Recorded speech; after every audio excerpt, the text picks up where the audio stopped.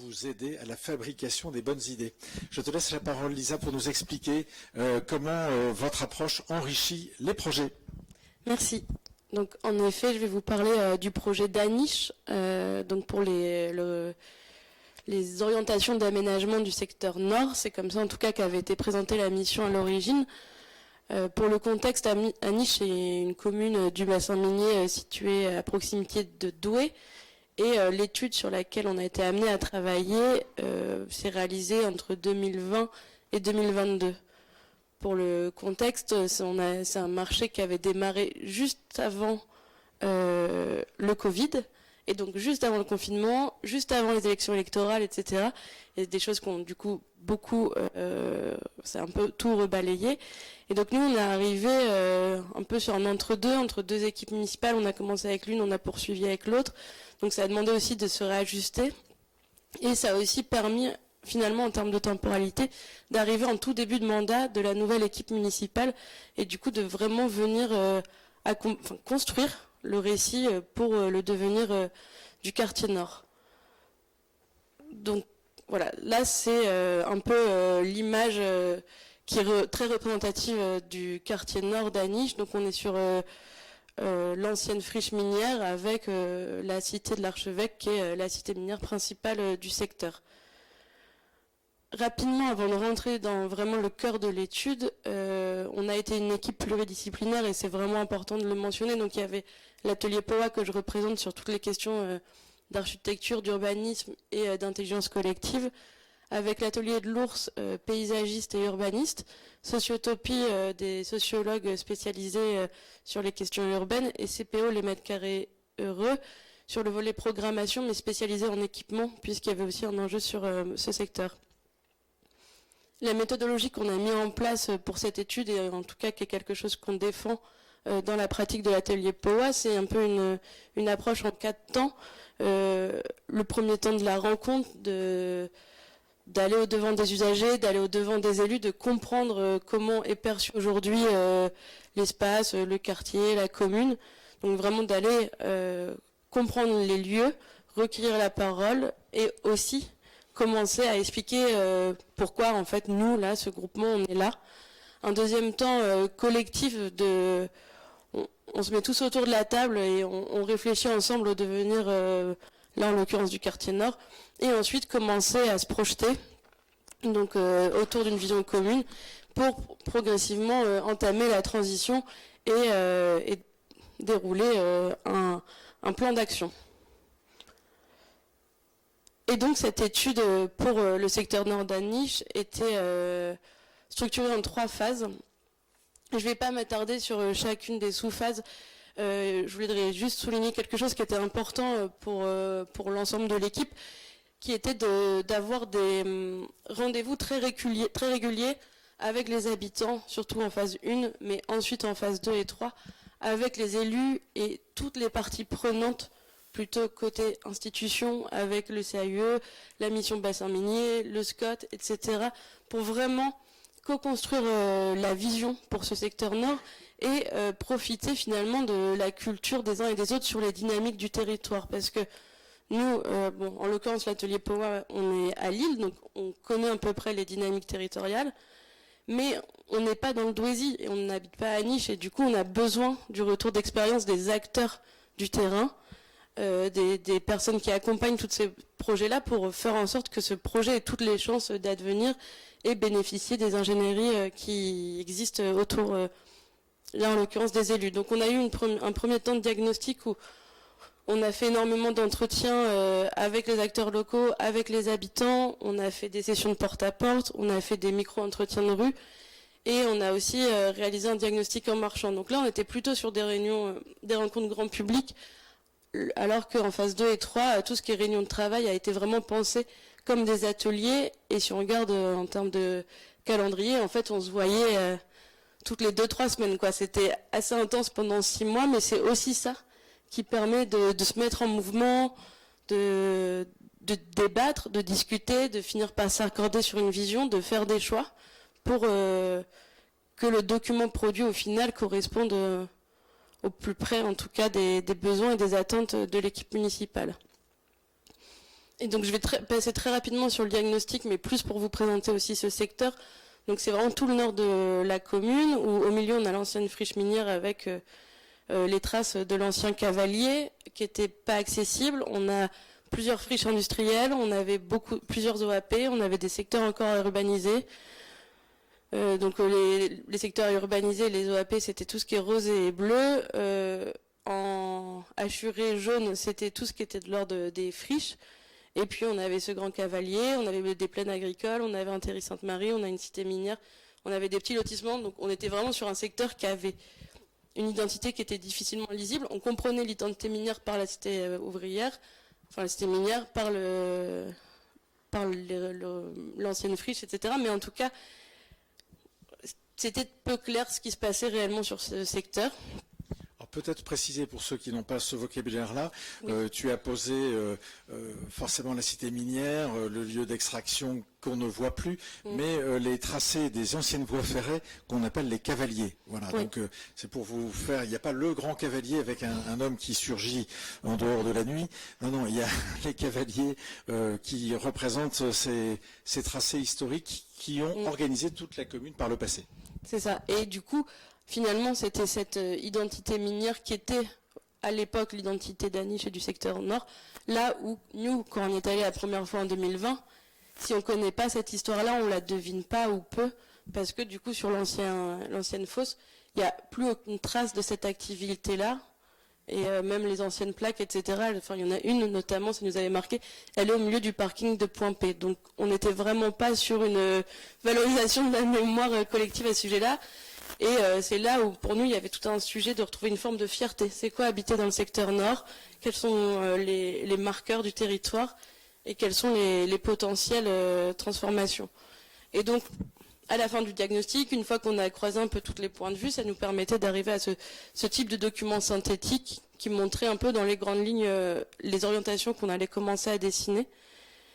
Et l'intérêt d'avoir pu discuter avec les habitants, c'était aussi de comprendre que par exemple le fonctionnement de l'école aujourd'hui, il n'allait pas du tout, qui était quelque chose qui avait été peu perçu dans la rédaction du cahier des charges à l'origine.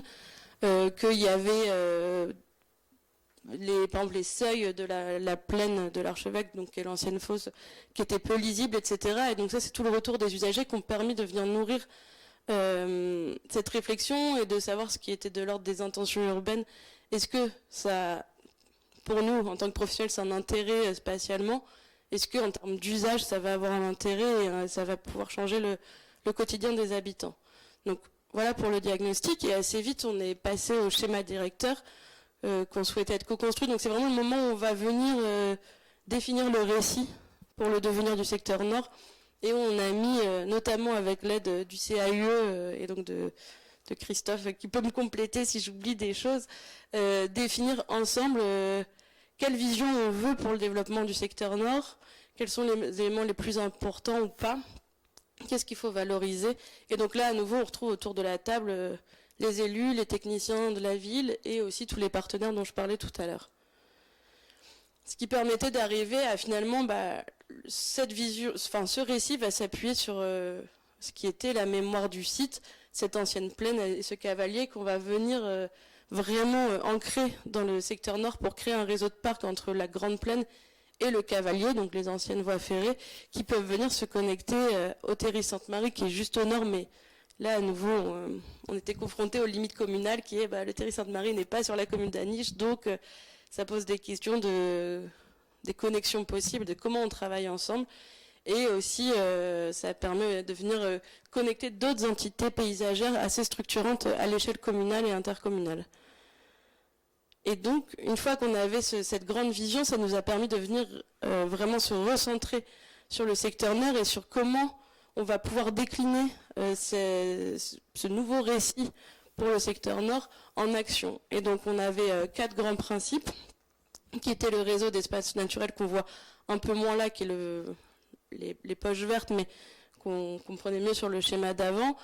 Des cheminements piétons sécurisés pour justement venir connecter ça et inciter à la mobilité douce, re-questionner le partage de la voirie, et notamment des entrées de ville, et ensuite avoir des équipements adaptés aux nouveaux besoins de la commune, et notamment toute cette réflexion autour de l'école et de la restructuration possible.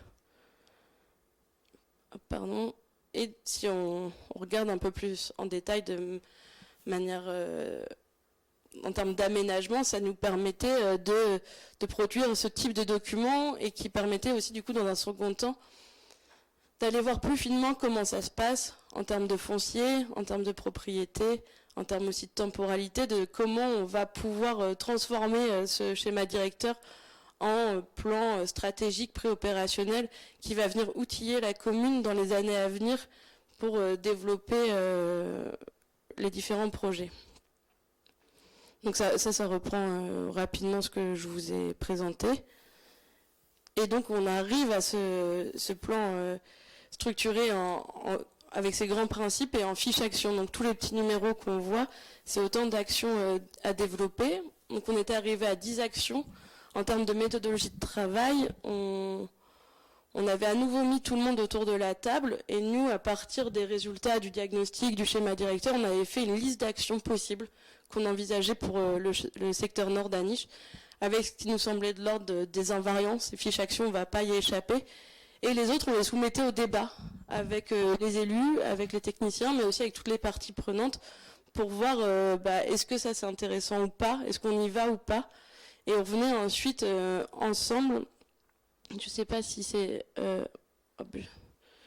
juste pour vous montrer, j'y reviendrai après, venir compléter collectivement ce type de documents, donc qui sont des fiches actions, où on vient rappeler les objectifs, et je reviendrai dans le détail après, mais on voyait ce petit tableau des partenaires associés, et c'est là où pour nous, ces ateliers de travail collectifs avaient toute leur importance, c'est que ça permettait d'avoir des retours d'expérience, mais aussi qu'à un moment, par exemple, la mission Bassin Minier informe que oui, le dossier a été déposé pour telle subvention, qu'on aura un retour tel mois, ou que ça, vu les directives de l'État, il faut attendre 2025. Mais voilà, ça permettait du coup à la fois de regarder les financements possibles, la temporalité, et de faire en sorte que ces actions, elles s'inscrivent vraiment au plus proche de la réalité de ces communes. Et donc en parallèle, il y a ce travail de veille foncière qui était une phase du travail structurante parce que chacune des actions nécessitait plus ou moins de foncier et il était important de voir pour que la commune puisse se positionner au fur et à mesure des années parce qu'il y a des propriétés communales, on le voit, c'est le plus clair, mais d'autres fonciers qui étaient des propriétés privées, de hiérarchiser l'ordre d'intervention sur ce foncier, à quel moment il faut que la commune se positionne peut-être rapidement, ce qui est plutôt de l'ordre du moyen et long terme, pour que les actions prennent forme. Et en parallèle de tout ça, pour ce plan KID, on vient donc recenser toutes les actions et on les classe. Donc là, à nouveau, avec les élus et les parties prenantes, sous quelle temporalité ça doit se dérouler, à court, moyen et long terme.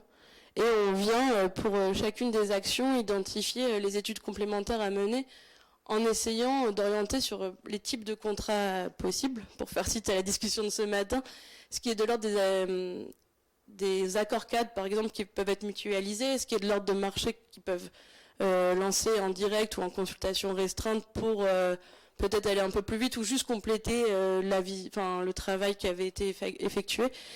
Et ça permet du coup d'avoir toujours cette vision un peu globale de comment ce plan de guide et ce plan d'action peut se mettre en œuvre. Parce que à travers la définition d'un récit commun pour la transformation du secteur nord, il y a aussi comment on outille la commune pour que, même si les choses ne peuvent pas se faire sous 6 mois, 1 an, 2 ans, elle sache le moment venu sur quoi elle peut s'appuyer pour relancer la réflexion. Et à chaque fois, on a toujours un planning qui est plus ou moins optimiste, mais qui permet aussi de montrer les connexions entre chacune des actions, et aussi ce qui peut être de l'ordre de la préfiguration. Donc il y a finalement l'objectif à terme. Donc là, on voit bien que pour la plupart des actions, les objectifs à terme étaient plutôt en 2028. Donc on n'y est clairement pas tout de suite. mais qu'il y avait des possibles actions qui pouvaient être faites en attendant pour pas laisser en fait le secteur sans action ou sans intervention pendant 8 ans, parce que du coup on était en 2020 à cette époque. Et donc là, en l'occurrence, dans toutes les fiches actions, il y en avait une qui était sur les questions de préfiguration et d'urbanisme temporaire, qui est un sujet, en tout cas, nous, qui nous tient particulièrement à cœur, et dès qu'on peut le développer dans une commune, on essaye d'amener cette idée, parce qu'aujourd'hui, les élus sont pas toujours sensibilisés à cette question-là, qui est quand même un outil pour faire des choses assez rapidement, et qui nous semble quelque chose d'assez important, notamment quand on mobilise les habitants ou différentes parties prenantes sur l'étude, de commencer à montrer ce que ça pourrait être, de tester, de se mettre en mouvement et de faire, qui est aussi finalement derrière un gage pour se dire qu'on a commencé à mettre en mouvement les choses. Donc ça, c'était il y a 4 ans. Aujourd'hui, finalement, à Niche, il y a pas, voire peu d'actions qui ont vraiment été développées sur ces 4 ans, mais qui est aussi il ne s'est pas non plus rien passé pendant ces 4 ans. Et aujourd'hui, au final, il y a des choses qui peuvent évoluer pour le secteur nord, et ce plan guide permet quand même de venir asseoir la vision et devenir un document de référence, parce qu'il a été pensé pour essayer d'être obsolète le moins vite possible, et du coup il remet quand même en perspective tous les échanges qu'il y a eu. Et donc ce travail-là, nous on a pu avoir une forme de frustration sur le fait qu'il y ait peu de préfiguration assez rapidement sur le secteur nord, qui permet en fait de créer des projets avec un budget limité et sous une temporalité assez courte. Donc je me permets cette ouverture sur d'autres projets où il y a pu y avoir des préfigurations assez rapidement, et pour montrer que parfois c'est pas des interventions toujours très lourdes. Donc là c'était à Marc-en-Barœul, dans la Melle, où c'était juste une intervention sur 48 heures au cours d'un week-end un peu festif, où on est venu préfigurer la rue de demain, qui avait été un profil de rue arrêté suite à une concertation qui avait duré pendant 6 mois. Et ensuite, à Calonne-Ricoire, dans le bassin minier, on était sur une ancienne friche, une friche, dans une cité minière où il ne se passait rien depuis 10-15 ans. Et on a été appelé pour réfléchir à une programmation. Donc on a fait plusieurs ateliers avec les habitants qui ont permis d'arriver au programme qu'on voit à gauche, et qui s'est traduit par des chantiers participatifs et un aménagement, et où en fait, avec peu d'argent, ça reste quand même de l'argent, et de l'argent public, on peut quand même vraiment venir activer un site et commencer à changer l'image. Et c'est pas parce qu'il y a ça que ça va rester tout le temps, mais ça permet pour les habitants de tester des choses. Et enfin, à Roubaix, sur le quartier de l'Alma, où pareil, on avait eu une concertation d'1 an et demi sur le quartier, et où ça s'est conclu par cet aménagement transitoire l'été dernier, avec, pour celles et ceux qui peuvent connaître le contexte de l'Alma, pas mal de craintes sur comment ça va être perçu par les habitants. Ça fait 1 an que ça a été construit, c'est toujours là, c'est utilisé par les enfants, par les écoles, par les associations sportives autour. Et en fait, ça a permis, sur des gros projets urbains, comme c'est le cas à Roubaix, d'Enpaneru, des projets très descendants, de retrouver une forme d'humanité dans ces projets, de montrer qu'il y a des choses qui peuvent être faites sur ces temps très longs de définition de programme, et qu'on est aussi aujourd'hui dans une période de crise sociale, climatique, écologique, financière, et qu'il faut peut-être commencer à changer notre manière de voir le projet, donc d'être en capacité de définir un récit, une vision à long terme, mais d'être en mesure en même temps de commencer à activer les sites, parce que si on attend d'avoir l'argent nécessaire pour faire les grands projets comme on les faisait il y a 10-15 ans, on peut vraiment venir paralyser des territoires. Merci Lisa.